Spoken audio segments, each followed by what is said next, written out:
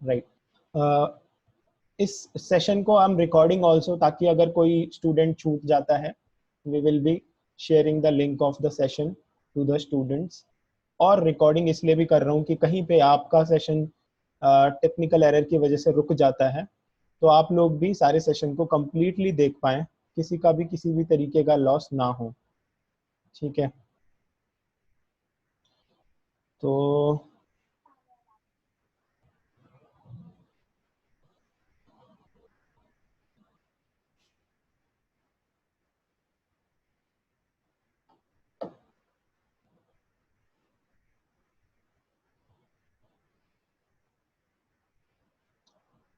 so now we have 58 students in this session, which were supposed to be around 100, but still we need to start the session क्योंकि 40 minutes बाद ये off हो जाएगा. Right, now I'll be sharing my whiteboard screen to all you guys.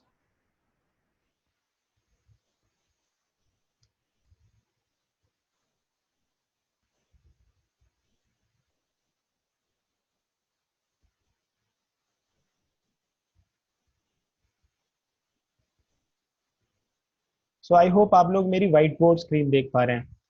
अगर whiteboard screen देख पा रहे हैं तो give me a thumbs up.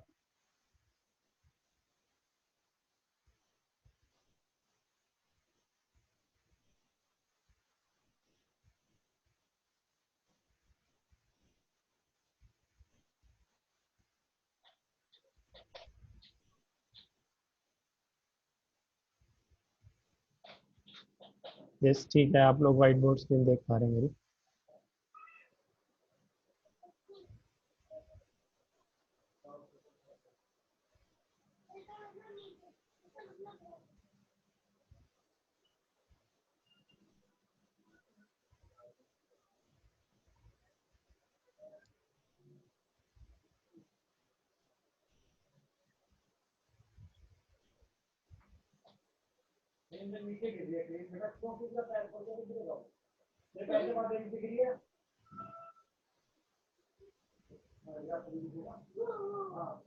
आप लोग ये ध्यान में रखें कि आप सेशन में ना जल्दी जल्दी एडमिट हो जाएं, क्योंकि अगर आप बार बार एडमिट होंगे तो मेरे को जाके आपको अलाउ करना पड़ेगा, क्योंकि ये सेशन हम इनक्रिप्टेड कर रहे हैं ताकि वही लोग इसमें एंटर कर सके जो लोग आपकी क्लास में हैं. So will be starting with the chapter electricity. I hope आप सभी की स्क्रीन में इलेक्ट्रिसिटी वर्ड जो है वो दिख पा रहा होगा. और यस, ओके. तो इलेक्ट्रिसिटी को मैं आपके स्ट्रक्चर ऑफ एटम वाले चैप्टर से रिलेट करना चाहूंगा. अब आप कहोगे कि स्ट्रक्चर ऑफ एटम वाले चैप्टर से कैसे रिलेट करोगे sir, electricity is totally different. तो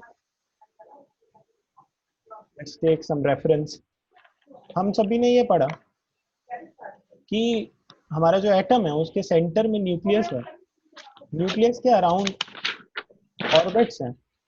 ऑर्बिट्स में इलेक्ट्रॉन्स रिवॉल्व कर रहे हैं. हम सब ने ये पढ़ा.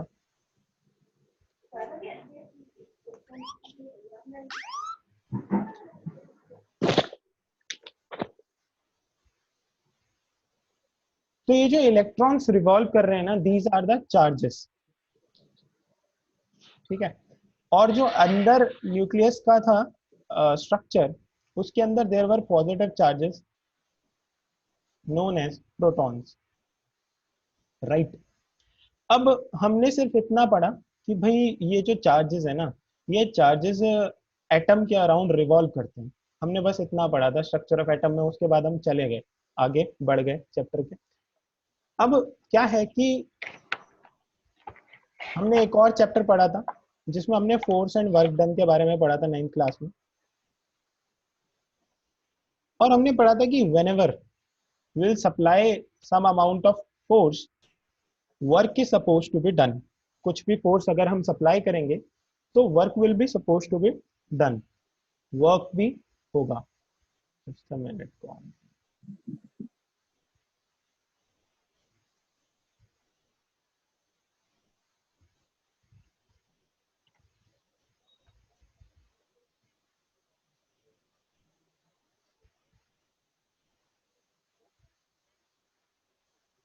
अब देखो इलेक्ट्रॉन्स जो हैं वो भी एक स्टेट ऑफ मैटर है, इलेक्ट्रॉन्स जो आपके पास हैं वो भी एक स्टेट ऑफ मैटर है।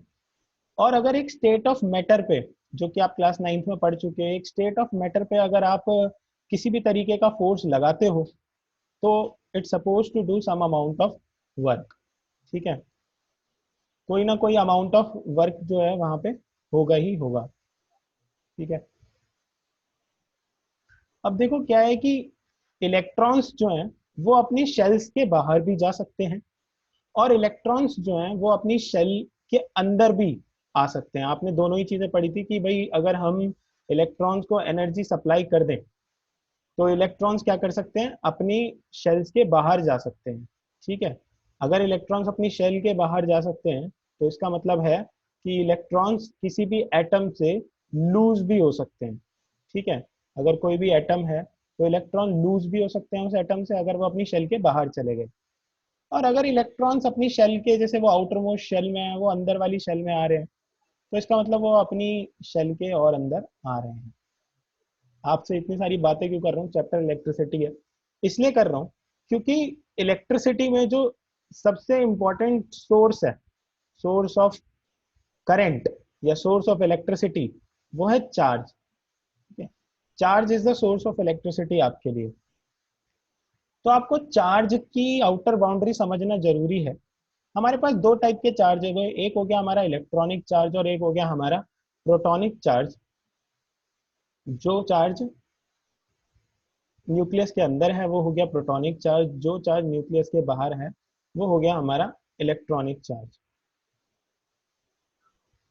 और अगर हम फोर्स अप्लाई करेंगे तो वर्क डन होगा, this charge will try to move. अब क्या है कि चार्ज अगर एक जगह से दूसरी जगह जाएगा तो for moving charge will take some time. एक जगह से दूसरी जगह जाने के लिए charge will try to take some amount of time. ठीक है, अभी तक एंटर हो रहे हैं स्टूडेंट्स आप।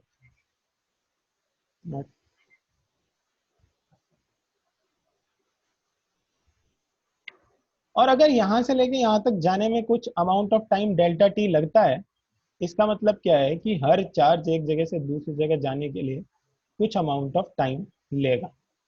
अब आपने एक और चीज पढ़ी थी कि अगर हमारे लाइक चार्ज हैं, जैसे पॉजिटिव पॉजिटिव नेगेटिव नेगेटिव, तो लाइक चार्जेस क्या करेंगे, रिपेल करेंगे ईच अदर।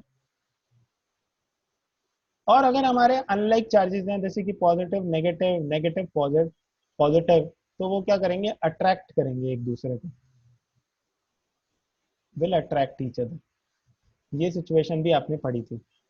यानी कि एक बार अगर हम चार्जेस को उनके इनर्शिया से, एक चार्ज यहाँ पड़ा हुआ है क्यू चार्ज, एक बार अगर हम इसमें कुछ amount of work done supply करें, ध्यान देना, कुछ अमाउंट ऑफ वर्क डन या कुछ अमाउंट ऑफ फोर्स सप्लाई करें, यहाँ से यहाँ जाएगा। हो सकता है यहाँ पे कुछ अमाउंट ऑफ चार्जेस हो, पॉजिटिव नेगेटिव नेगेटिव पॉजिटिव। तो ये अगर पॉजिटिव चार्ज है तो पॉजिटिव से तो रिपेल हो जाएगा, और अगर नेगेटिव चार्ज है तो नेगेटिव से तो अट्रैक्ट हो जाएगा। ठीक है, this is the basis of current, the generation of current. ठीक है, अगर चार्ज स्टैटिक है, एक और वर्ड आता है स्टैटिक चार्ज। स्टैटिक मतलब रेस्ट पे, चार्ज एट रेस्ट। अगर चार्ज स्टैटिक है ना, मूव नहीं कर रहा, तो it will just generate force. जैसे कि आपने क्या पढ़ा था, आपने पढ़ा था ग्रेविटेशनल फोर्स। आपने पढ़ा था कि अगर दो मासेस m1 m2 एक जगह से दूसरी जगह पे सेपरेटेड हैं बाय डिस्टेंस r, तो the gravitational force will be g m1 m2 upon r square. इसी तरीके से अगर दो चार्जेस q1 q2 एक जगह से दूसरी जगह से सेपरेटेड हैं बाय डिस्टेंस r, तो they will generate a coulomb force. इसको हम बोलते हैं कूलम्ब फोर्स। और वो कूलम्ब फोर्स की वैल्यू होगी k q1 q2 upon r square.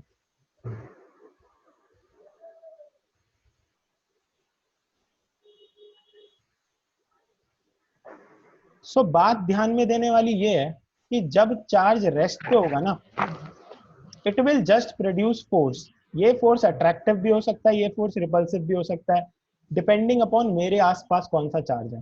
ठीक है, जैसे कि मान लो Divyansh Sharma is a charge, आप सभी स्टूडेंट्स जो हैं वो अमाउंट ऑफ चार्जेस हो, कोई पॉजिटिव चार्ज है कोई नेगेटिव चार्ज है, तो डिपेंडिंग अपॉन माई पॉजिटिविटी और नेगेटिविटी हो सकता है मैं आपके ऊपर कुछ अमाउंट ऑफ फोर्स लगाऊं, लेकिन मैं आपकी तरफ मूव नहीं कर रहा, I am just applying some amount of force.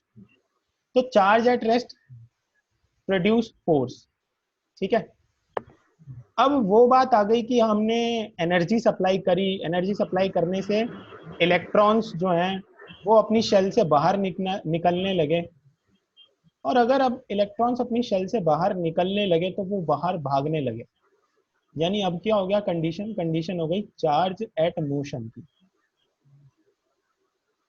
यानी कि मैंने एनर्जी सप्लाई करी, एनर्जी सप्लाई करने से वर्क डन हुआ, वर्क डन होने से चार्ज मूव करने लगे। हो रहा क्या है फिर, एक जगह से दूसरी जगह पे चार्ज जा रहे हैं, Q1 Q2 Q3 Q4 Q5 Q6 और जा रहे हैं, और इनके बीच का जो टाइम इंटरवल है डेल्टा टी, यानी इनको एक जगह से दूसरी जगह में जाने में टाइम भी तो लगेगा, ऐसा तो नहीं है कि एकदम भाग के चले जाएंगे without wasting any amount of time, तो इनको एक जगह से दूसरी जगह जाने में टाइम भी लगेगा। इसका मतलब क्या है, चार्ज एक जगह से दूसरी जगह जा रहे हैं तो उनकी वैल्यू भी तो बढ़ेगी। यहाँ पे मेरे पास 1000 रुपए हैं, 1000 रुपीज आर देयर, यहाँ से मैं धीरे धीरे यहाँ पैसे ट्रांसफर कर रहा हूँ, पहले मैंने 10 रुपये डाला, 20 रुपये डाला, 30 रुपये डाला, तो होगा क्या, यहाँ पे तो चार्ज की अमाउंट बढ़ेगी, यानी क्यू फाइनल बढ़ेगा, पैसे की अमाउंट बढ़ेगी, लेकिन यहाँ पे जो चार्ज की अमाउंट है वो घटेगी, तो there will be a change, और ये चेंज किसके रिस्पेक्ट में होगा, टाइम के रिस्पेक्ट में। ये चेंज किसके रिस्पेक्ट में होगा, टाइम के रिस्पेक्ट में ये चेंज होगा। तो when charge flows, when charge flows, एक और बार लिख देते हैं, when charge flows with respect to time it's suppose to generate current. अगर चार्ज टाइम के रिस्पेक्ट में एक जगह से दूसरी जगह जाएगा तो it is suppose to generate some amount of current, और अगर चार्ज एक जगह से दूसरी जगह जाने में करंट प्रोड्यूस करता है तो हम बोलते हैं कि मूविंग चार्जेस प्रोड्यूसेस करंट, हम ये बोलते हैं। चार्जेस एट रेस्ट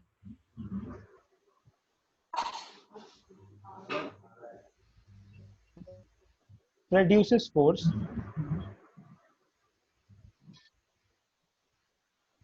और charges in motion produces current. ये मेरी दो इंपॉर्टेंट डेफिनेशंस हैं जो मेरे को अभी तक आपको क्लियर करनी।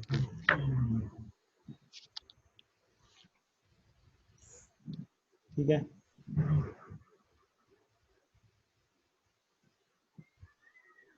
चैट सेक्शन में बता सकते हो अगर आपको अभी तक किसी को कोई डाउट है, किसी को आवाज ना आई हो, पर चैट सेक्शन में बताना, अनम्यूट मत करना। अगर चैट सेक्शन में मुझे आपका डाउट सही लगे तभी आपको अनम्यूट करना।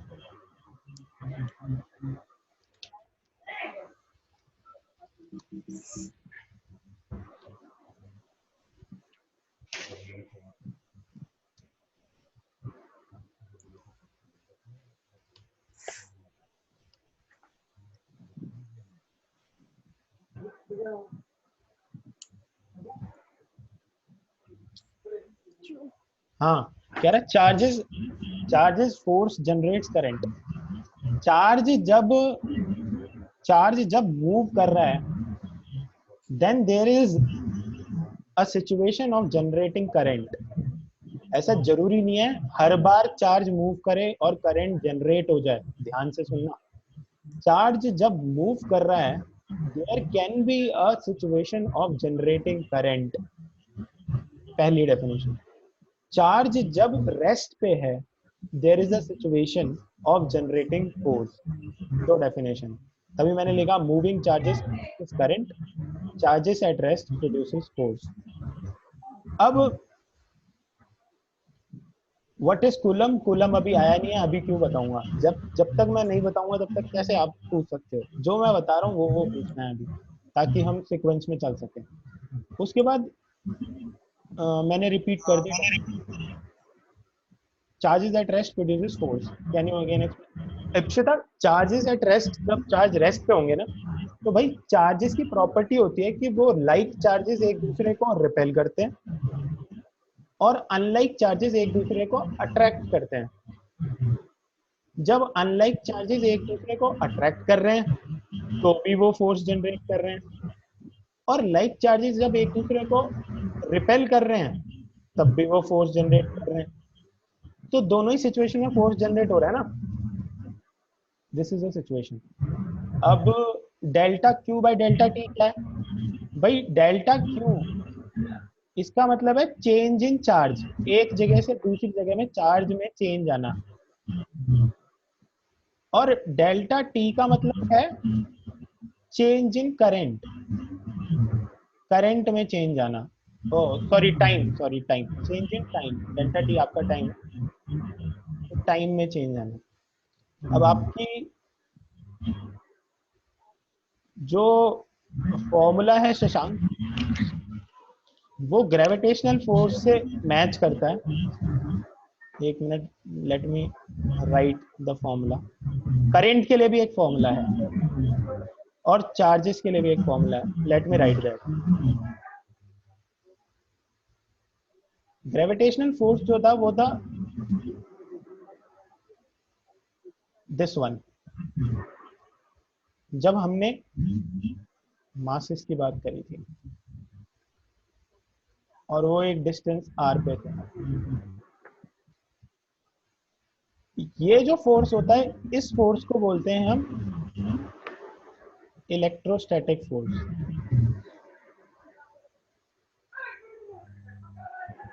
इसकी वैल्यू होती है के Q1 Q2 upon are square. यहाँ पे Q1 यहाँ होता है, Q2 यहाँ होता है, आर बीच में डिस्टेंस होता है। सेम ये कांस्टेंट होता है, ये मास है, ये मास चार्ज ने रिप्लेस कर लिया और ये डिस्टेंस। ये मेरा फोर्स का है, जब तक चार्ज मोशन में नहीं है वो बस एक दूसरे को अट्रैक्ट कर रहे हैं, अभी वो अच्छे से मोशन में नहीं है। ग्रेविटी की बात अभी करंट में नहीं कर रहे, क्योंकि ग्रेविटी बहुत ही एक अच्छा क्वेश्चन बोला कि भाई ग्रेविटी भी अट्रैक्ट करती है क्या करंट को, तो भाई ग्रेविटी जो है ना वो बहुत ही वीक फोर्स है, और जो इलेक्ट्रोस्टैटिक फोर्स है, चार्जेस से प्रोड्यूस होने वाला फोर्स है, वो स्ट्रॉन्ग फोर्स है। तो ग्रेविटी इतना ज्यादा इन्फ्लुएंस करंट पे नहीं दे पाती, क्योंकि देयर आर अदर फैक्टर्स जो करंट पे ज्यादा फोर्स दे पाते हैं रेदर देन ग्रेविटी।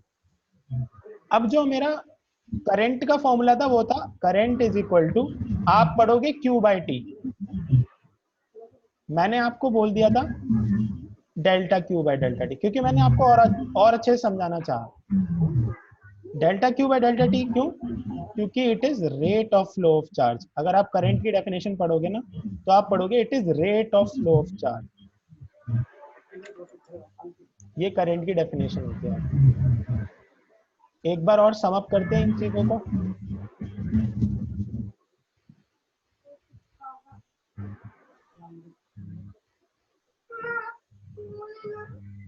हाँ, आप लोग अपने प्लीज माइक ऑफ कर दीजिए, मेरी आवाज एको होगी।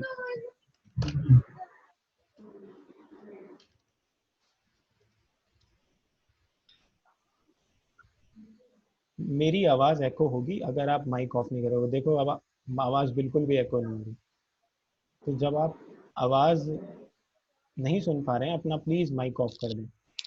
You are student of 2020, you should know about the technology,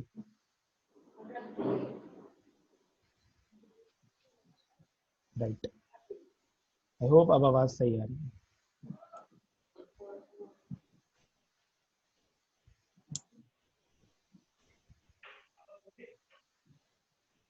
तो भाई हमने रेस्ट चार्ज बोल दिया और हमने मूविंग चार्ज बोल दिया। हमने बोला चार्ज जब रेस्ट पे है तो वो सिर्फ फोर्स प्रोड्यूस करता है, चार्ज जब मोशन में आता है तो वो करंट प्रोड्यूस करता है।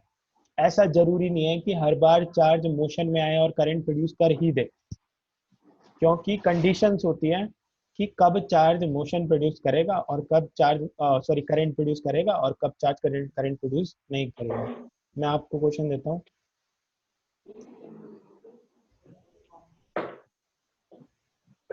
What is a condition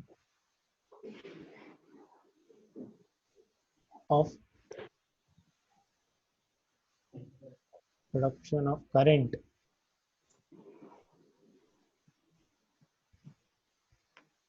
due to charge?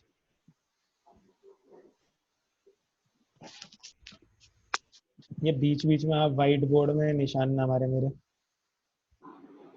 आपके निशान की वजह से। What is the condition of production of current? इसको स्क्रीनशॉट ले ले। ले लिया sir. Right, condition of production of current due to charge. बहुत अच्छा क्वेश्चन है ये, हालांकि काफी लोग इसको नहीं जानते, लेकिन अब ये कह रहे हैं कि charge should flow freely in closed path. भाई देखो, जब सर्किट बनाते हैं हम लोग, आपके घर में बिजली आ रही है, आपके घर में रेफ्रिजरेटर चल रहा है, एसी चल रहा है, तो ये तो एक क्लोज्ड सर्किट ही है ना। क्लोज्ड पाथ का मतलब क्या है कि दोनों तरफ से बंद होना। तो भाई क्लोज्ड पाथ तब माना जाएगा जब पॉजिटिव और नेगेटिव टर्मिनल, ठीक है, डायग्राम से समझाता हूँ। क्लोज्ड पाथ तब माना जाएगा जब पॉजिटिव टर्मिनल से करंट निकल रहा हो और नेगेटिव टर्मिनल तक जा रहा हो, ठीक है, इसको हम बोलेंगे क्लोज्ड पाथ। तो यस, क्लोज्ड पाथ में करंट जनरेट होता है।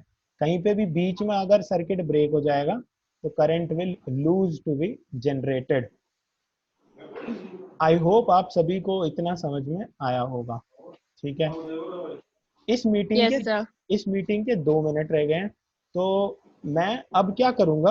अब इतनी तो बात आपको समझ में आ गई करंट कैसे जनरेट हो रहा है, लेकिन मैंने इसके पीछे की बात अभी आपसे छुपाई है, क्योंकि मैं उसे समझाना चाहता हूँ। कह रहे हैं कि but current flow in open areas as in the side of the surface. Surface पे करंट फ्लो होता है, तब भी सर्किट जब तक कंप्लीट नहीं होगा तब तक करंट फ्लो नहीं होगा। Try to understand. जब तक सर्किट में, अब लेस देन अ मिनट रह गया है, मैं आपको नेक्स्ट मीटिंग में ये समझाता हूँ कि भाई ये चार्ज को एक जगह से दूसरी जगह मूव करवाने के लिए क्या करना पड़ता है, ठीक है। इस मीटिंग को एंड कर रहा हूँ। आप लोगों ने क्या करना है, जो आपके पास लिंक आया था उसी लिंक को अगेन टैप करना है अपने ग्रुप्स में। प्लीज डोंट चैट देयर, वहां पे लिंक को सबसे ऊपर ही रहने दें ताकि सारे स्टूडेंट्स ज्वाइन कर पाए। 77 स्टूडेंट्स ने ज्वाइन किया है। इस स्क्रीन का आप स्क्रीनशॉट ले सकते हो। This meeting will automatically and. आप इस स्क्रीन का भी स्क्रीनशॉट ले सकते हो अगर आपके पास नहीं है तो। Fast,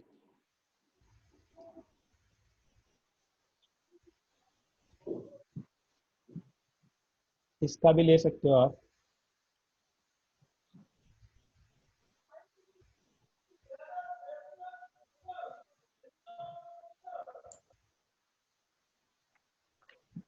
so this meeting is going to end. Next meeting में मिलते हैं, फटाफट से ज्वाइन कर लो क्योंकि आपके पास अभी 15-20 मिनट और हैं।